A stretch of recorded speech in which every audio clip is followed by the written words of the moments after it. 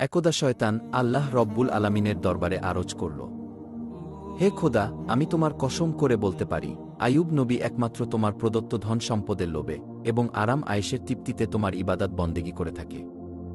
যদি তার এই ধন সম্পদ ও সুখ শান্তি বিলীন হয়ে যায়, তাহলে সে একদিনও তোমার ইবাদতে লিপ্ত থাকবে না।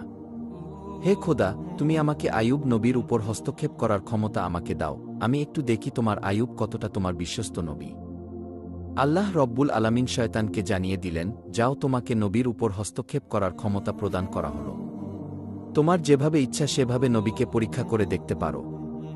অতঃপর শয়তান আল্লাহ তাআলার প্রদত্ত ক্ষমতা পেয়ে একজন পথিক সেজে হজরত আইয়ুব আলাইহিস সালামের নিকটে গমন করল।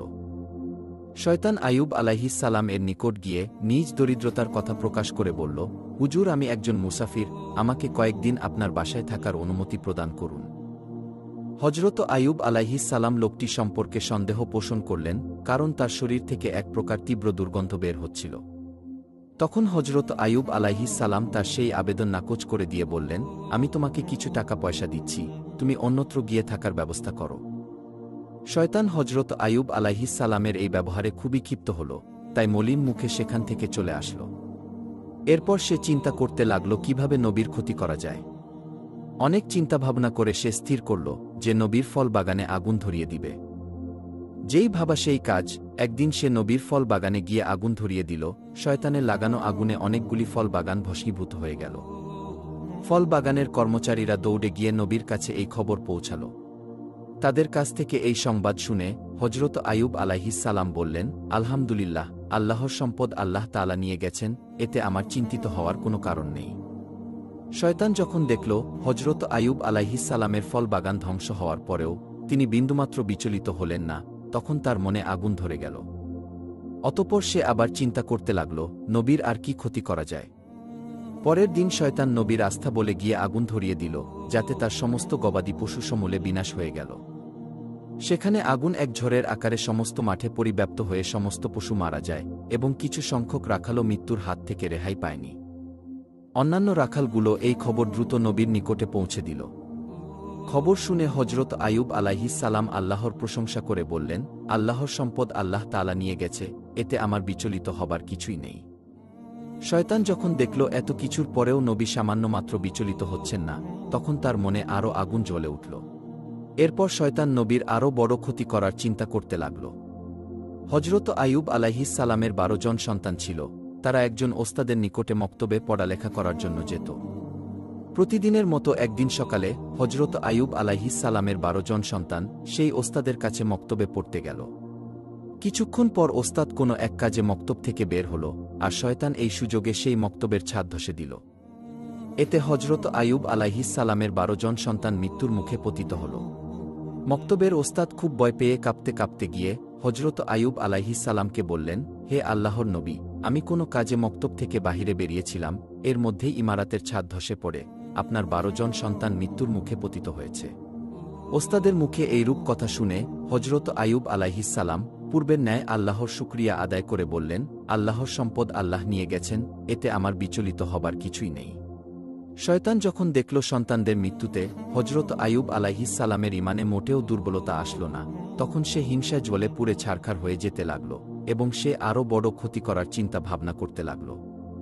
এদিকে হজরত আইয়ুব আলাইহিস সালামের দুশমনেরা নবীর এই পরীক্ষা দেখে খুবই খুশি হল। নবীর কর্মচারী ও চাকর বাকরেরা নবীর এই করুণ অবস্থা দেখে যে যেদিক পারল চলে গেল। নবীর ঘর বাড়ি, বাগান এবং আস্তাবল সবকিছু শূন্য হয়ে পড়ে রইল। এই সুযোগে শত্রুরা এসে সবকিছু লুট করতে শুরু করল। বিধ্বস্ত বাড়ির সব মালামাল তারা নিয়ে গেল, বাগানের বাকি সকল ফল ও ফসল নিয়ে তাদের মধ্যে কারাকারি আরম্ভ হল। এক কথায় হজরত আইয়ুব আলাইহিস সালাম এর আরামায়েশ, সন্তান সন্ততি এবং সকল ধনসম্পদ সপ্তাহকালের মধ্যে শেষ হয়ে গেল। হজরত আইয়ুব আলাইহিস সালামের 4 জন স্ত্রী ছিল, তাদের মধ্যে 3 জনই নবীর সাথে ঝগড়া করে এবং তর্কবিতর্ক করে বিদায় হয়ে গেল। বাকি রইল একমাত্র হজরত রহিমা আলাইহিস সালাম। তিনি নবীকে ছেড়ে যাবার পাত্রী নন, সব সময় তিনি নবীর সাথে সাথেই থাকতে লাগলেন। দেশের মানুষ নবীর নবুয়াতির দাবির প্রতি তুচ্ছ তাচ্ছিল্য ও উপহাস আরম্ভ করে দিল। কেউ কেউ বলল, আইয়ুব যদি আল্লাহর নবী হতো, তাহলে তার উপর এইরূপ গজব কেন নাজিল হল? সে আসলে কোনো নবী নন, মিথ্যা নবুয়াতি দাবির কারণে আল্লাহর গজব তার উপর নাজিল হয়েছে। এদিকে নবীর ভক্তদের মধ্যেও ভাঙ্গনের দেখা দিল। এইরূপ অবস্থা দেখে শয়তান তেমন খুশি হতে পারল না, কারণ সবকিছু শেষ হয়ে যাওয়ার পরেও হজরত আইয়ুব আলাইহিস সালামের মধ্যে কোনো পরিবর্তন আসল না। তিনি ভাঙ্গা ঘরের মধ্যে থেকে পূর্বের ন্যায় একই রকম মনোযোগ দিয়ে ইবাদত করে যাচ্ছিলেন। তিনি যেন তার এই বিশাল ধ্বংসযজ্ঞের কোনো খবরই রাখেন না। কোনো রকম হায় হুতাশ এবং আফসোসের চিহ্ন মাত্র তার মধ্যে পরিলক্ষিত হচ্ছিল না। নবীর এবাদাত ঘরের সম্মুখ দিয়ে লোকজন যাতায়াতকালে বলতে লাগল, হে আইয়ুব, তুমি নবুয়াতের দাবি করে সমূলে ধ্বংস হয়ে গেলে। এর চাইতে নবুয়াতের দাবি পরিত্যাগ করা তোমার জন্য মঙ্গলজনক ছিল। যেমন আমরা নবীও নই আর গজবেও পতিত হইনি। এছাড়াও লোকেরা নানা ধরনের তুচ্ছ-তাচ্ছিল্যমূলক কথা হজরত আইয়ুব আলাইহিস সালামকে লক্ষ্য করে বলতে লাগল। হজরত আইয়ুব আলাইহিস সালাম এই সমস্ত কথার প্রতি আদৌ ভ্রুক্ষেপ করলেন না। তিনি পূর্বে যতটুকু সময় মানুষের সঙ্গে মেলামেশা করে কাটাতেন তাও সম্পূর্ণরূপে বন্ধ করে দিলেন। শয়তান এইসব দৃশ্য দেখে আর বসে থাকতে পারল না। সে চিন্তা করতে লাগল কিভাবে নবীর আরও গুরুতর ক্ষতি করা যায়। চিন্তা করতে করতে সে একটি ষড়যন্ত্র আঁটল। ষড়যন্ত্র মাফিক সে নবীর সাক্ষাৎ প্রার্থী হয়ে তার নিকটে পৌঁছাল এবং নবীর কাছে গিয়ে বলল, হুজুর, আমি আপনার একজন ভক্ত। আপনার কাছে আমার কিছু আরজি ছিল। এই কথা বলে শয়তান নবীর কাছে কথা বলার ভান করে গেল এবং তার মুখটি নবীর কানের কাছে নিয়ে কানের মধ্যে 2টি ফুঁক দিয়ে অট্ট হাসি দিতে দিতে সেখান থেকে বিদায় হয়ে গেল। পরের দিন নবীর শরীরে ফোস্কার মতো এক প্রকার ফোড়া উঠে পড়ে গেল। তিনি খুব অসুস্থ হয়ে পড়লেন। ইবাদত বন্দেগিতে কিছুটা বিঘ্ন সৃষ্টি হল। স্ত্রী রহিমা তার সেবা যত্ন আরম্ভ করে দিলেন। আস্তে আস্তে ফোড়াগুলো বড় হয়ে এক পর্যায়ে ক্ষতের সৃষ্টি করল। এভাবে বেশ কয়েকদিন পর নবীর স্ত্রী হজরত রহিমা আলাইহিস সালামের জমানো টাকা পয়সা সবকিছু শেষ হয়ে গেল। তাদের নিদারুণভাবে খাদ্য অভাব দেখা দিল। শুধু পানি পান করে নবী এবং তার স্ত্রী রহিমা কয়েকদিন অতিবাহিত করলেন, তারপরে আর ধৈর্য ধারণ করতে পারলেন না। অতঃপর একদিন রহিমা আলাইহিস সালাম হজরত আইয়ুব আলাইহিস সালামের নিকটে আরজ করলেন, হে আল্লাহর নবী, এখন আমাদের কাছে আর কিছুই অবশিষ্ট নেই। অতএব মানুষের বাসায় কাজ করে উপার্জন করা ছাড়া আমার কাছে আর অন্য কোনো পথ নেই। আপনি যদি আমাকে অনুমতি দিতেন তাহলে আমি গ্রামে গিয়ে মানুষের বাসায় কাজ করে হালাল রুজি উপার্জন করতে পারতাম, আর তা দিয়েই আমাদের আহারের ব্যবস্থা করা যেত। হজরত আইয়ুব আলাইহিস সালাম বিবি রহিমার মুখে এইরূপ কথা শুনে অনেকক্ষণ কাঁদলেন। তারপর তিনি বললেন, রহিমা, তোমাকে কষ্ট দেওয়ার কোনো মানসিকতা আমার ছিল না, কিন্তু আমি অত্যন্ত অসুস্থ হয়ে পড়েছি, তাই বাধ্য হয়েই তোমাকে অনুমতি দিতে হচ্ছে। তুমি যাও, মানুষের বাসায় গিয়ে কাজ করো, তারপরও তো কিছু হালাল রুজি উপার্জন করা যাবে। নবীর অনুমতি পেয়ে বিবি রহিমা মানুষের বাসায় কাজ করতে আরম্ভ করে দিলেন। এদিকে গ্রামবাসী হজরত আইয়ুব আলাইহিস সালামের শরীরের অবস্থা দেখে অত্যন্ত ভীত সন্ত্রস্ত হয়ে পড়ল। ঘৃণায় তাদের শরীর গিরগির করতে লাগল। এছাড়াও শরীরের গোস্ত পচা গন্ধে মানুষ অতিষ্ঠ হয়ে উঠল। তাই একদিন তারা হজরত আইয়ুব আলাইহিস সালামের নিকটে উপস্থিত হয়ে বলল, হে আইয়ুব, তুমি অতি তাড়াতাড়ি আমাদের এই গ্রাম ছেড়ে অন্যত্র চলে যাও, না হলে আমরা তোমাদেরকে বের করে দিতে বাধ্য হব। হজরত আইয়ুব আলাইহিস সালামের সঙ্গে তখন মাত্র 3 জন লোক ছিল। একজন ছিলেন তার স্ত্রী বিবি রহিমা, আর 2 জন হজরত আইয়ুব আলাইহিস সালামের শীর্ষ ও ভক্ত। তারা সব সময় নবীর দেখাশোনা ও সেবা করত। গ্রামবাসীদের ক্রমাগত চাপের মুখে হজরত আইয়ুব আলাইহিস সালামের শিষ্যরা তাকে বহন করে অন্য গ্রামে চলে যাবার জন্য রওনা করল। অনেকক্ষণ পথ চলার পর তারা অপর একটি গ্রামে উপস্থিত হল। সেই গ্রামের লোকেরা হজরত আইয়ুব আলাইহিস সালামের শরীরের অবস্থা দেখে বলল, তোমরা এখনই তাকে নিয়ে অন্যত্র চলে যাও, না হলে আমরা তোমাদেরকে মেরে এখান থেকে তাড়িয়ে দেব। এভাবে শিষ্যরা 7টি গ্রামে হজরত আইয়ুব আলাইহিস সালামকে নিয়ে ঘুরল, কিন্তু কোনো গ্রামের লোকেরা হজরত আইয়ুব আলাইহিস সালামকে আশ্রয় দিল না। তখন শিষ্যরা বিরক্ত হয়ে গেল এবং রাস্তার পাশে আবর্জনা ফেলার একটি স্থানে গাছের নিচে হজরত আইয়ুব আলাইহিস সালামকে রেখে বিদায় গ্রহণ করল। বিদায়ের প্রাক্কালে তারা 2 জন বলাবলি করতে লাগল, হজরত আইয়ুব আল্লাহর নবী হওয়া সত্ত্বেও তার উপর এ ধরনের মুসিবত কেন আসল? অন্যজন উত্তরে বলল, হয়তোবা তিনি আল্লাহ তাআলার মর্জির বিপরীত কোনো কাজ করেছেন, না হলে তার এই পরিণাম কেন হবে? প্রথম জন সঙ্গীর কথায় সমর্থন করে বলল, নবী যখন আল্লাহর মনোনীত কার্যকলাপ থেকে বিচ্যুত হয়েছে তখন আর তার পিছনে থেকে আমাদের কোনো লাভ নেই, চলো আমরা এখান থেকে চলে যাই।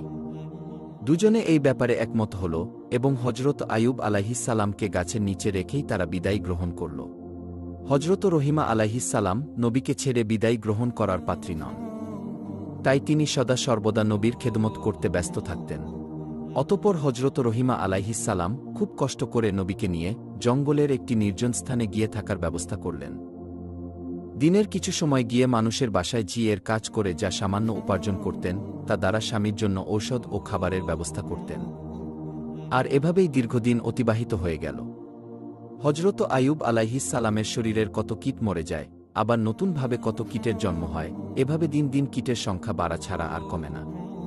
তার শরীরের সামান্য হাড্ডি ও গোস্ত ছাড়া আর কিছুই অবশিষ্ট ছিল না। একদিন হজরত আইয়ুব আলাইহিসসালামের শরীর থেকে কয়েকটি কীট গড়িয়ে মাটিতে পড়ে গেল। তখন হজরত আইয়ুব আলাইহিসসালাম স্ত্রী রহিমাকে ডেকে বললেন, রহিমা, মানুষ মাটির তৈরি, মানুষ মৃত্যুবরণ করার পরে তার শরীরের হাড় এবং গোস্ত পুনরায় মাটিতে পরিণত হবে। মাঝখানে আল্লাহর কিছু পোকা যদি এই গোস্ত এবং রক্ত খেয়ে কিছুটা তৃপ্তি লাভ করতে পারে, তাতে আপত্তি কিসের? এতে অন্তত ওদেরকে খাবার দানের পূর্ণতা পাওয়া যাবে। অতএব যেই কীটগুলি গড়িয়ে মাটিতে পড়ে গেছে সেগুলিকে উঠিয়ে পুনরায় আমার শরীরের সঙ্গে লাগিয়ে দাও। হজরত রহিমা আলাইহিসসালাম স্বামীর আদেশ অনুসারে গড়িয়ে পড়া কীটগুলোকে পুনরায় তার শরীরের সঙ্গে লাগিয়ে দিলেন। এভাবেই সেদিন অতিবাহিত হয়ে গেল। অতঃপর একদিন হজরত রহিমা আলাইহিসসালাম গ্রামে গিয়ে কোনো কাজ পেলেন না। তখন তিনি খুবই দুশ্চিন্তাগ্রস্ত হয়ে পড়লেন, তিনি আজ তার স্বামীকে কিভাবে খেতে দিবেন। কাজের জন্য তিনি হন্য হয়ে সারা গ্রামে ছুটে বেড়াতে লাগলেন, কিন্তু তিনি কোথাও কোনো কাজ পেলেন না। অবশেষে তিনি একজন মহিলার কাছে গিয়ে বললেন, হে মহিয়সী নারী, আপনি আমাকে আজকের জন্য কিছু টাকা ধার দিন, আমি আগামী দিন এই টাকা আপনাকে পরিশোধ করে দেব। আমার স্বামী খুবই রোগাগ্রস্ত, আমি আজকে কোনো কাজের ব্যবস্থা করতে পারিনি। আপনি যদি আমাকে কিছু টাকা ধার দিতেন, তাহলে সেই টাকা দিয়ে আমি আমার স্বামীর জন্য ঔষধ ও খাবার নিয়ে যেতে পারতাম। আপনি আমার প্রতি একটু দয়া করুন, না হলে আমার স্বামীকে না খেয়ে থাকতে হবে। মহিলাটি হজরত রহিমা আলাইহিসসালামের কথা শুনে বলল, আমি কাউকে টাকা ধার দেই না, জীবনে অনেক মানুষকে টাকা ধার দিয়েছি, কিন্তু তারা কেউ আজ পর্যন্ত আমার টাকা ফেরত দেয়নি। অতএব তোমার এই ভাওতাবাজি অভিনয় বাদ দিয়ে সোজা বাড়ির পথ দেখো, আমি কোনো টাকা তোমাকে ধার দিতে পারব না।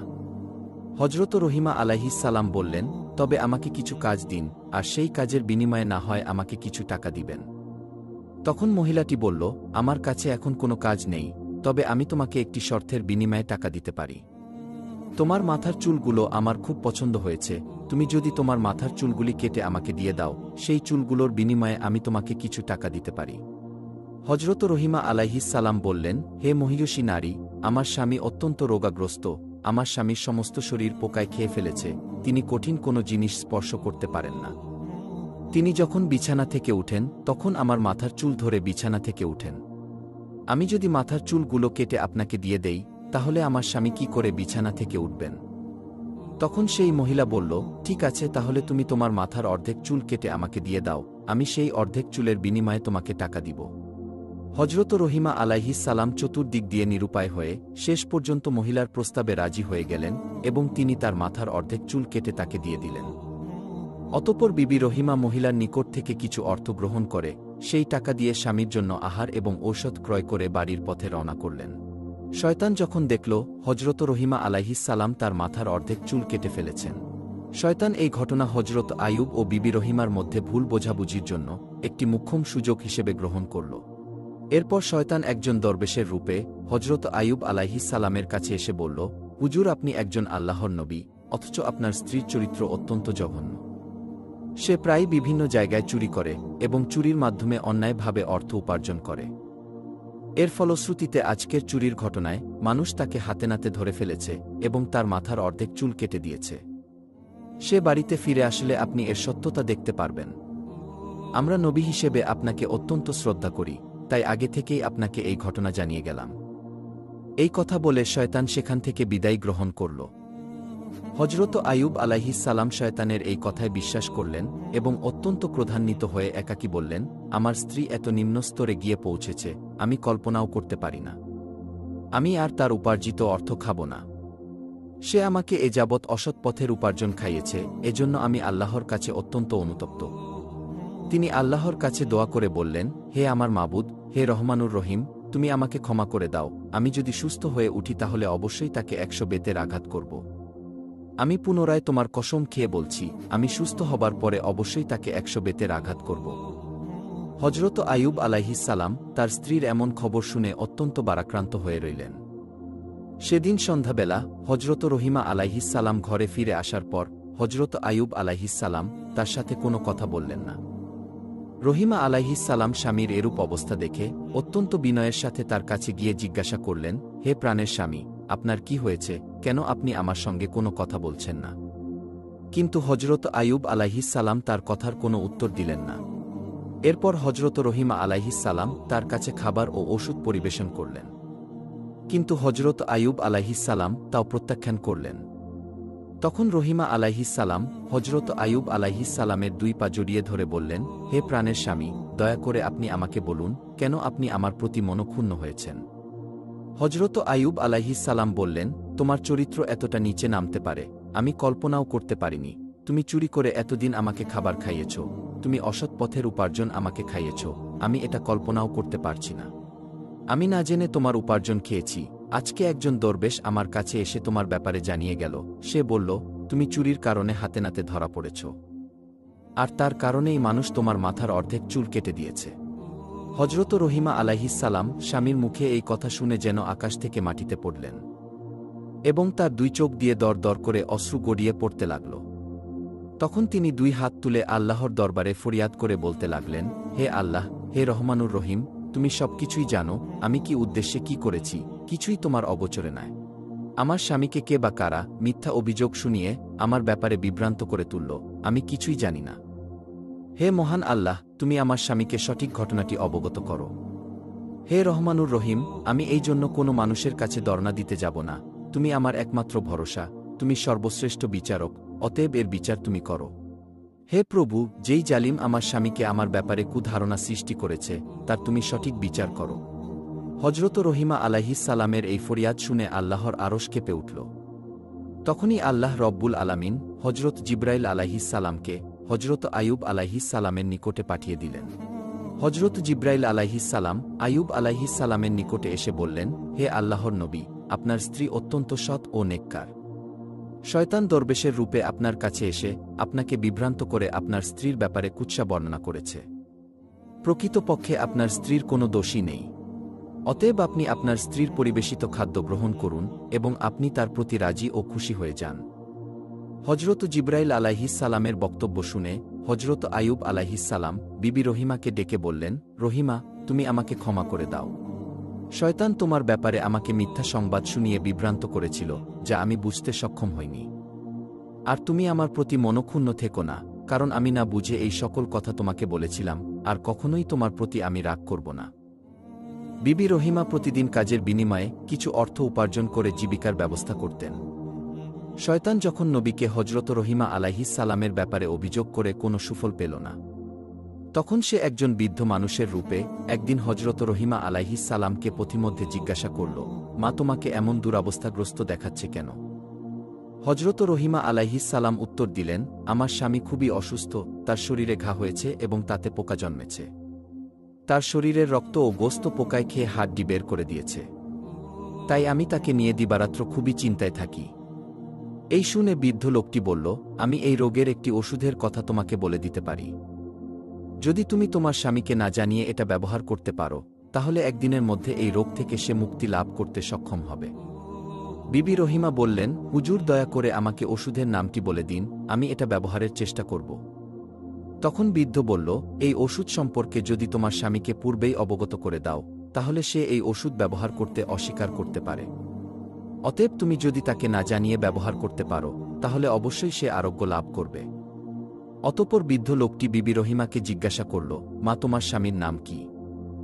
বিবি রহিমা বললেন, আমার স্বামীর নাম হজরত আইয়ুব, তিনি আল্লাহ তাআলার একজন নবী। প্রথম জীবনে তিনি খুবই সম্পদশালী ছিলেন, পরবর্তীতে আল্লাহ রব্বুল আলামিন তাকে বিভিন্ন বালা মুসিবত দিয়ে পরীক্ষায় ফেলেছেন, এখন তিনি কঠিন রোগে আক্রান্ত। শয়তান বিবি রহিমার কথা শুনে বলল, তাকে যখন গ্রামের মানুষেরা গ্রাম থেকে বের করে দিয়েছিল, তখন আমি তাকে একবার দেখেছিলাম, তার জন্য আমার কাছে উপযুক্ত ওষুধ আছে। বিবি রহিমা বললেন, হুজুর, দয়া করে তাহলে আমাকে সেই ওষুধটি প্রদান করুন। তখন বৃদ্ধ লোকটি বলল, তুমি এখানে একটু অপেক্ষা করো, আমি ওষুধ এনে এখনই তোমাকে দিচ্ছি। এই কথা বলে বৃদ্ধ লোকটি চলে গেল। বিবি রহিমা বৃদ্ধের অপেক্ষায় সেখানে দাঁড়িয়ে রইল। কিছু সময় পর বৃদ্ধ লোকটি এক বোতল পানি জাতীয় ওষুধ এবং এক প্রকারের গোস্ত জাতীয় ওষুধ নিয়ে রহিমা আলাইহিস সালামের নিকটে হাজির হল। শয়তান রহিমার হাতে বোতল তুলে দিয়ে বলল, এই ওষুধ তার শরীরে লাগাবে, এবং গোস্ত জাতীয় ওষুধ দিয়ে বলল, এটা ভুনা করে তাকে খেতে দিবে, তাহলে দেখবে আগামী দিনের মধ্যেই তার শরীর অর্ধেক সুস্থ হয়ে গেছে। এভাবে পরের দিনেও লাগালে 2 দিনের মধ্যেই তিনি আরোগ্য লাভ করবেন। হজরত আইয়ুব আলাইহিস সালাম আল্লাহর নবী এবং আমাদের পথ প্রদর্শক, তার প্রতি আমাদের প্রাণের গভীর আকর্ষণ রয়েছে। অতএব তার সামান্য উপকার করতে পারলে নিজেকে ধন্য মনে করব। আমি তার একজন কঠিন ভক্ত, কিন্তু শত্রুদের সতর্ক বিরোধিতার কারণে আমি তার কোনো খোঁজ খবর নিতে পারিনি। তবে আগামীতে আমি তার কাছে গিয়ে দেখা করব। এই ধরনের লম্বা বক্তৃতা দিয়ে শয়তান বিবি রহিমার আস্থা অর্জন করে সেখান থেকে বিদায় গ্রহণ করল। বিবি রহিমা ওষুধ নিয়ে নবীর কাছে পৌঁছালেন। প্রথমে তিনি নবীর আহার সম্পন্ন করালেন। এরপর তিনি অনেক চিন্তা ভাবনা করতে লাগলেন কিভাবে নবীকে এই ওষুধ দেওয়া যায়। কিন্তু শেষ পর্যন্ত তিনি নবীকে না জানিয়ে সেই ওষুধ ব্যবহার করতে সাহস পেলেন না। তাই তিনি নবীর কাছে গিয়ে বললেন, হে আল্লাহর নবী, আজ এক বৃদ্ধ লোক আপনার জন্য আমাকে এক প্রকার ঔষধ দিয়েছেন এবং তিনি বলেছেন এই ওষুধ মাত্র 2 দিন ব্যবহার করলেই আপনি পরিপূর্ণ আরোগ্য লাভ করবেন। হজরত আইয়ুব আলাইহিস সালাম বিবি রহিমার কথা শুনে বললেন, হে রহিমা, তুমি কি মনে করো আমার এই রোগ ওষুধে আরোগ্য লাভ করার মতো রোগ? এটা আল্লাহ রব্বুল আলামিন আমাকে দিয়েছেন এবং তিনি এই রোগ সারিয়ে তুলবেন, কোনো ওষুধে এই রোগ সারবে না। হজরত রহিমা আলাইহিস সালাম স্বামীর কথা শুনে বললেন, যিনি এই ওষুধ আমাকে দিয়েছেন তিনি একজন মুসলিম এবং তিনি আপনার একজন ভক্ত। তাই তার ওষুধের ব্যাপারে আমার কোনো সন্দেহ নেই, এখন আপনার মর্জির উপর নির্ভরশীল। হজরত আইয়ুব আলাইহিস সালাম বললেন, ঠিক আছে, তুমি ওষুধগুলো রেখে দাও, আল্লাহ তাআলার পক্ষ থেকে এ ব্যাপারে কোনো সংবাদ না পেলে আমি এই ওষুধ ব্যবহার করতে পারি না। হজরত রহিমা আলাইহিস সালাম নবীর এই আদেশ পেয়ে নবীর বিছানার কাছেই সেই ওষুধগুলো রেখে দিলেন। পরের দিন সকালে হজরত আইয়ুব আলাইহিস সালাম বিবি রহিমাকে ডেকে বললেন, রহিমা, আমি অসুস্থ হবার পর থেকে প্রতি রাতে 2 বার আল্লাহ রব্বুল আলামিনের তাজাল্লি দর্শন করতাম এবং সেই তাজাল্লি দর্শন করে মনে অনেক তৃপ্তি লাভ করতাম। কিন্তু আজকে রাত্রে সেই নূরের তাজাল্লি আমি দর্শন করতে সক্ষম হয়নি। কিন্তু এর কারণ কি তা বুঝতে পারলাম না। রহিমা বললেন, হে প্রাণের স্বামী, আপনি একজন আল্লাহর নবী, এর উপযুক্ত কারণ হয়তো আপনার কাছেই জানা আছে। আমি একজন সাধারণ আল্লাহর বান্দী, আমি কি করে জানব এর উপযুক্ত কারণ কি? এরপর হজরত আইয়ুব আলাইহিস সালাম খুবই দুশ্চিন্তায় পড়ে গেলেন। এভাবে 3 দিন অতিবাহিত হয়ে গেল, তিনি আল্লাহ রব্বুল আলামিনের তাজাল্লির দর্শন করতে সক্ষম হলেন না। অবশেষে তিনি 2 হাত তুলে আল্লাহর দরবারে কেঁদে কেঁদে তাজাল্লি দর্শন লাভের জন্য ফরিয়াদ জানাতে লাগলেন। হে আল্লাহ রব্বুল আলামিন, আমি জানি না কি ভুলের কারণে আপনার তাজাল্লি দর্শন লাভ করতে আমি সক্ষম হচ্ছি না। আমার যদি কোনো ভুল হয়ে থাকে তাহলে আমার ভুলগুলো ক্ষমা করে দিন, আর দয়া করে আপনার তাজাল্লির দর্শন থেকে আমাকে বঞ্চিত করবেন না। হজরত আইয়ুব আলাইহিস সালামের এরূপ দোয়ার পর হজরত জিবরাইল আলাইহিস সালাম এসে তাকে জানালেন, হে আল্লাহর নবী, আপনার বিছানার পাশে শরাবের বোতল ও শূকরের গোস্ত রাখা আছে। এইসব হারাম জিনিস আপনার বিছানার পাশে রেখে আপনি কিভাবে আল্লাহর তাজাল্লি দর্শনের আশা করতে পারেন? আপনি যদি পুনরায় আল্লাহর তাজাল্লির দর্শন লাভ করতে চান তাহলে অবশ্যই এই জিনিসগুলো এখনই আপনার বিছানার পাশ থেকে অপসারণ করুন। গভীর রজনীতে হজরত আইয়ুব আলাইহিস সালাম বিবি রহিমাকে ডেকে বললেন, হে রহিমা, আমার বিছানার কাছে কোথায় শরাব ও শূকরের গোস্ত আছে দেখো, অতিসত্বর সেগুলোকে অপসারণ করো। ওই বস্তুগুলো এখানে থাকার কারণে আমি আল্লাহর তাজাল্লি দর্শনে ব্যর্থ হচ্ছি। বিবি রহিমা চতুর্দিকে ভালো করে খোঁজাখুঁজি করলেন, কিন্তু তিনি কোথাও শরাব ও শূকরের গোস্ত পেলেন না। তখন হজরত আইয়ুব আলাইহিস সালাম তাকে বললেন, তোমার আনা সেই ওষুধগুলো কোথায়? বিবি রহিমা বললেন, সেগুলো এখানেই আছে, আপনার বিছানার পাশে। নবী বললেন, সেগুলোকে এখান থেকে সরিয়ে ফেলো, আমার মনে হয় এইগুলোই শরাব এবং শূকরের গোস্ত। নবীর আদেশ পেয়ে বিবি রহিমা তখন সেই ওষুধগুলোকে দূরে সরিয়ে রাখলেন। অতঃপর হজরত আইয়ুব আলাইহিস সালাম আবার আল্লাহর ইবাদতে ধ্যানমগ্ন হলেন। যখন রজনী শেষের দিকে আসল তখন আইয়ুব আলাইহিস সালাম চিৎকার দিয়ে বলে উঠলেন, হে রহিমা, এবার আমি আল্লাহর তাজাল্লি দর্শন লাভ করতে সক্ষম হচ্ছি। রহিমা, ভেবে দেখো, তাহলে ওই ওষুধগুলোই ছিল শরাব এবং শূকরের গোস্ত। এগুলো আমার নিকটে থাকায় আমি আজ 3 দিন পর্যন্ত আল্লাহর তাজাল্লি দর্শনে ব্যর্থ হয়েছি। এগুলো যে তোমাকে দিয়েছে সে মানুষ নয়, বরং সে মানুষরূপী শয়তান। শয়তান এই ওষুধগুলো দিয়ে তোমাকে এবং আমাকে বিভ্রান্ত করার চেষ্টা করেছিল, কিন্তু আল্লাহ রব্বুল আলামিনের অশেষ মেহেরবানিতে আমরা শয়তানের ধোঁকা থেকে রক্ষা পেতে সক্ষম হয়েছি। হজরত আইয়ুব আলাইহিসসালাম এইভাবে দীর্ঘ 18 বছর অসুস্থ হয়েছিলেন এবং দুঃখ যাতনা ভোগ করেছিলেন। শেষের দিকে যখন তার শরীরের পোকাগুলো তার চোখ ও জিহ্বায় আক্রমণ করতে লাগল, তখন তিনি কেঁদে কেঁদে আল্লাহর দরবারে ফরিয়াদ করে বললেন, হে খোদা, আমার চোখ দ্বারা আমি সূর্য দেখে নামাজের ওয়াক্ত ঠিক করি, আর জিহ্বা দ্বারা তোমার জিকির করি। অতএব এই দুটি জিনিসও যদি পোকায় খেয়ে নষ্ট করে ফেলে, তাহলে তোমার ইবাদত করা আমার জন্য কষ্টকর হয়ে যাবে। তখন আল্লাহ তাআলা তার নবীকে জানিয়ে দিলেন, আমি অচিরেই আপনাকে রোগমুক্ত করব এবং আপনার স্ত্রীকে পুরস্কৃত করব। অতঃপর কোনো একদিন ভোরবেলা বিবি রহিমা কাজে বের হয়ে গেলেন। বিবি রহিমা কাজে বের হয়ে যাবার পরে হজরত জিব্রাইল আলাইহিসসালাম হজরত আইয়ুব আলাইহিসসালামের নিকটে এসে বললেন, হে আল্লাহর নবী, আপনি আপনার পদযুগল দিয়ে মাটির উপর আঘাত করুন।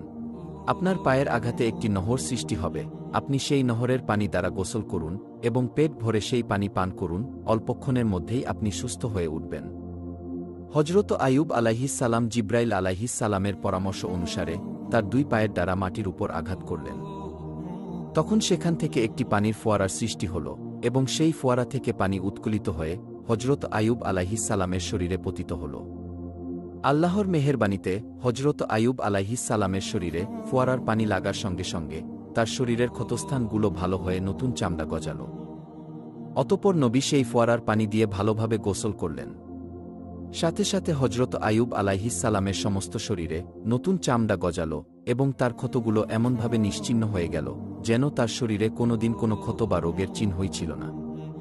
ফোয়ারার পানি দিয়ে গোসল করার পর তার শরীর পূর্বের চাইতে অনেক উজ্জ্বল ও সুন্দর হয়ে উঠল, তার চেহারা চাঁদের আলোর ন্যায় জল জল করতে লাগল। তিনি গোসল শেষ করে পেট ভরে সেই ফোয়ারার পানি পান করলেন। এতে তার ক্ষুধার তৃষ্ণা সম্পূর্ণরূপে দূর হয়ে গেল।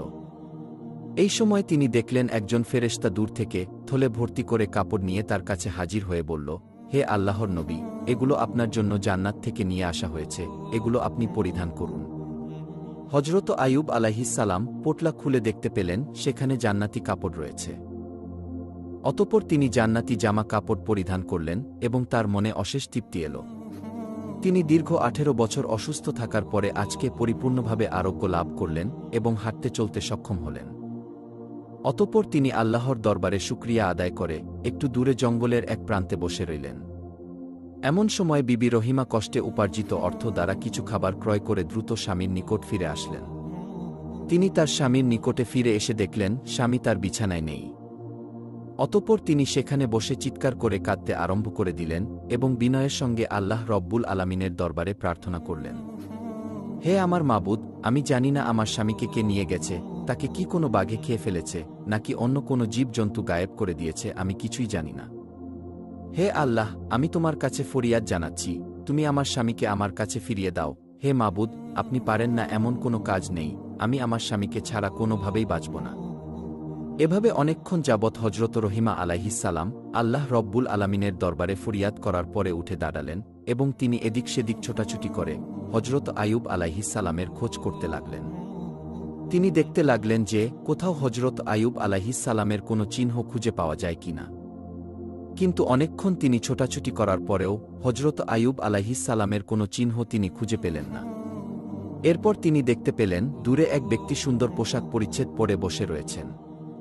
তিনি সেই ব্যক্তির নিকট গিয়ে জিজ্ঞাসা করলেন, জনাব, এখানে গাছের নিচে একজন রোগী ছিল, আপনি কি তার কোনো খবর জানেন? হজরত আইয়ুব আলাইহিসসালাম এতক্ষণ দূরে বসে হজরত রহিমা আলাইহিসসালামের অবস্থা পর্যবেক্ষণ করছিলেন। তৎক্ষণাৎ তিনি হজরত রহিমা আলাইহিসসালামের কাছে তার পরিচয় প্রকাশ করলেন না। তিনি হজরত রহিমা আলাইহিসসালামকে জিজ্ঞাসা করলেন, রোগী তোমার কি হয়? হজরত রহিমা আলাইহিসসালাম বললেন, তিনি আমার প্রাণের স্বামী ছিলেন, তিনি আল্লাহর একজন নবী ছিলেন, তার নাম হজরত আইয়ুব আলাইহিসসালাম। তিনি দীর্ঘ 18 বছর অসুস্থ অবস্থায় এখানে ছিলেন, একমাত্র আমি তার দেখাশোনা করতাম। কিন্তু আজকে কাজের পরে ফিরে এসে আমি আমার স্বামীকে আর দেখছি না। আমি জানি না আমার স্বামী এখন কোথায়, কি অবস্থায় আছে, তাকে কি কোনো বাঘে খেয়ে ফেলেছে না অন্য কোনো প্রাণীতে নিয়ে গিয়েছে। আপনি যদি তার কোনো খোঁজ বা সংবাদ জেনে থাকেন দয়া করে আমাকে বলুন।